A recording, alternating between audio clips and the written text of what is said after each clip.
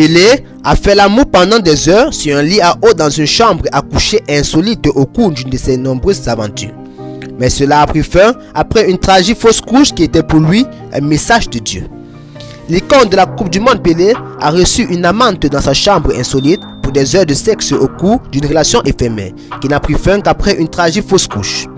Selma Fonseca, photographe et écrivain célèbre, s'est confiée sur sa relation avec la légende du football brésilien après son décès à l'âge de 82 ans. Selma raconte qu'elle a rencontré Pelé alors que sa meilleure amie travaillait comme secrétaire à New York dans les années 1990 alors qu'elle n'avait que 23 ans et qu'elle vivait là en tant qu'immigrée clandestine. Selma et son ami ont obtenu la permission de Pelé lui-même de rester dans son luxueux appartement alors qu'il vivait au Brésil. Leur seule règle étant de ne pas entrer dans sa chambre. Selma a entamé une relation amoureuse même après avoir rencontré ses enfants Kelly et Eddie Rowe. Quand nous sommes montés dans l'appartement, il m'a amené directement dans sa chambre, à coucher, précédemment interdit, et j'ai enfin pu voir ce qu'il y avait à l'intérieur.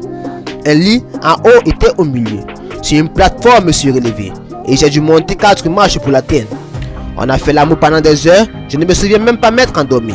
C'était comme un rêve, a-t-elle déclaré lors d'une interview avec US Son. Selma affirme que Pelé voulait se marier avec elle, mais qu'elle craignait une relation raciste en raison de leur origine respective.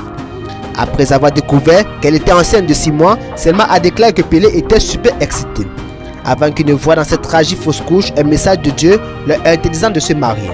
Pelé a épousé sa deuxième femme 1 an plus tard et a eu au moins 7 enfants. C'était un mariage.